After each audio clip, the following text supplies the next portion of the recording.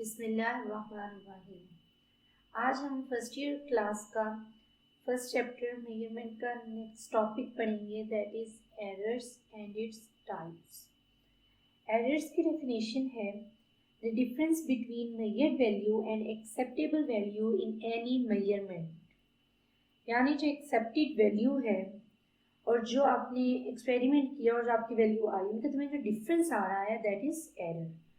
अगर ये डेफिनेशन आपको लिखने में मुश्किल लगे एग्जाम में, तो एक और डेफिनेशन है, error is the doubt that exist about the result of any measurement.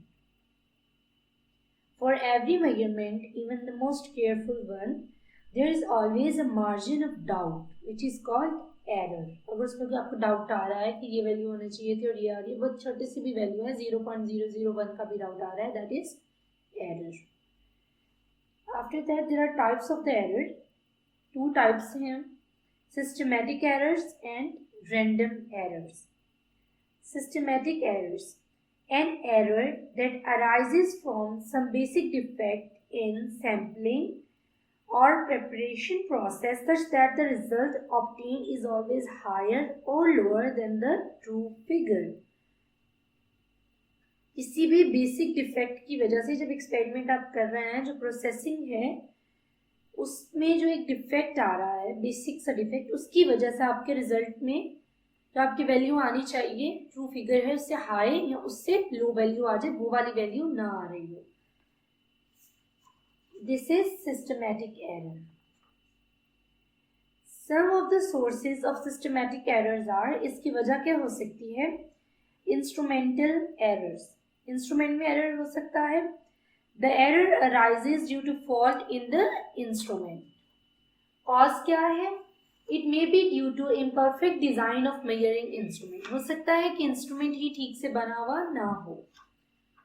Example, incorrect calibration of the measuring instrument या फिर zero error in the instrument. Instrument के अंदर ही ये दो इश्यूज आ रहे हैं।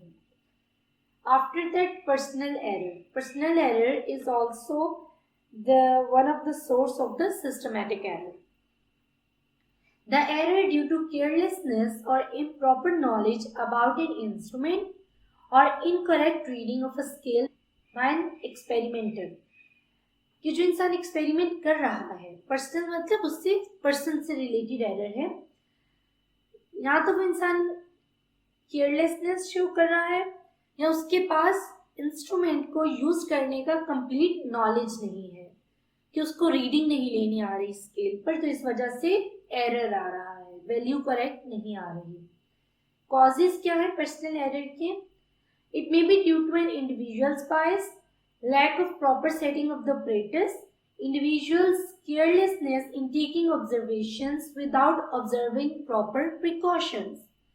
यही कि उसके पास कंप्लीट नॉलेज नहीं है, उसको नहीं मालूम कि इसको किस तरह से यूज करना है। जैसे केमिस्ट्री में होता है, अगर किसी को वैल्यू नहीं मालूम कि कितना केमिकल मिलाना है, कितना एसिड मिलाना है, इसी तरह फिजिक्स में भी अगर जैसे कुछ एक्सपेरिमेंट्स होते हैं जिनमें धागा यूज होता है, धागे की लेंथ को काउंट करना है नहीं करना है, सिर्फ रॉड का लेंथ लेना है, ये सारे जो इश्यूज हैं, या जो आपका सिस्टम हो, जो सरफेस, उससे कितना ऊंचा किसी भी चीज को रखना है, लेवल कितना रखना है, इस तरह के पर्सनल इंफॉर्मेशन इंसान के पास ना हो और इंस्ट्रूमेंट 100% करेक्ट हो, तो ये पर्सनल एरर है।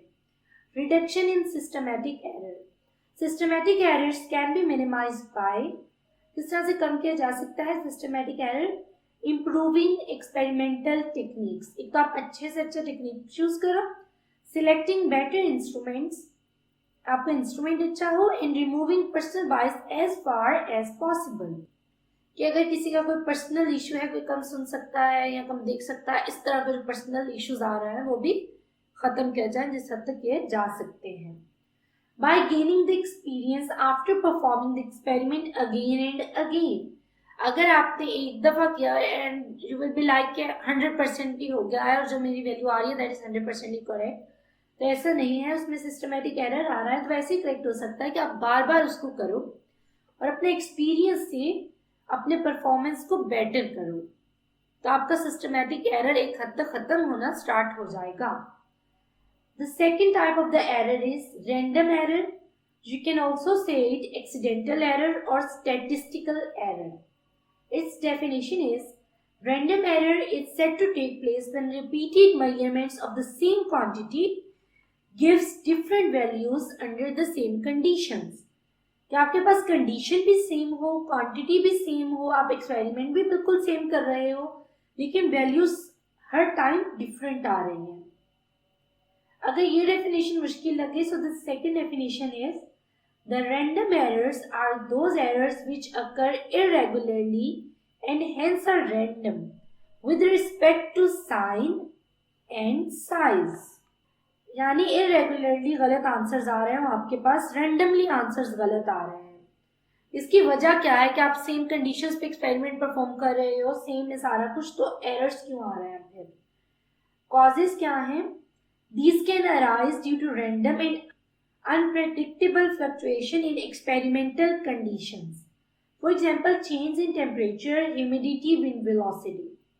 यानी आप एक्सपेरिमेंट लैब में कर रहे हो और बाहर जैसे हवा चल रही थी, उसकी वजह से आपके पास रैंडम एरर आ सकता है.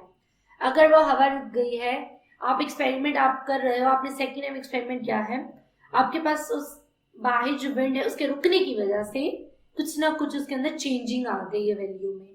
इसी तरह बारिश स्टार्ट हो गई है, बारिश रुक रही है, या सर्दी ज़्यादा हो रही है या गर्मी हो रही है, बिकॉज ऑफ इट मेटल पे इफेक्ट आता है, तो आपके पास रैंडम एरर्स अकर कर सकते हैं. The second reason is personal error by the observer taking readings. For example, when the same person repeats the same observation, it is very likely that he may get different readings every time. कि अगर एक इंसान error कर रहा है, इसमें एक important word है अनबाइस्ड का, कि उसके अंदर कोई इशू नहीं है, he is completely normal and he is doing the experiment, और रीडिंग्स गलत आ रही हैं, बार बार गलत आ रही हैं. जो हमने इससे पहले सिस्टमैटिक में पर्सनल एरर पढ़ा, उसमें हमने बाइस्ड की बात की थी कि इंडिविजुअल में बाइस की बात हुई कि उसमें प्रॉब्लम हो सकता है, लेकिन रैंडम एरर में हम अनबाइस्ड बात कर रहे हैं. After that is minimization. The random error can be reduced by taking several readings of same quantity and then taking their mean value. आप एक एक्सपेरिमेंट को 2, 3, 4, 5 दफा करो और जो आपके आंसर्स डिफरेंट आ रहे हैं उनका मीन ले लो, तो यू कैन से कि मेरा आंसर अब ठीक है. ये एक तरीका है रैंडम एरर को रिड्यूस करने का, मिनिमाइज करने का. ये था हमारा आज का लेक्चर. आई होप आपको ये टॉपिक क्लियर हुआ होगा. अगर आपकी कोई भी कंफ्यूजन हो तो आप कमेंट सेक्शन में पूछ सकते हैं. वीडियो को लाइक करें, कमेंट करें, शेयर करें, अपने क्लासमेट्स के साथ इसको ज़रूर शेयर करें, और इस चैनल को ज़रूर सब्सक्राइब करें ताकि आपको फिज़िक्स से रिलेटेड मज़ीद अच्छी वीडियोस मिलती रहें, जिनसे आपकी नॉलेज में इजाफा हो और आपकी लर्निंग बेटर हो.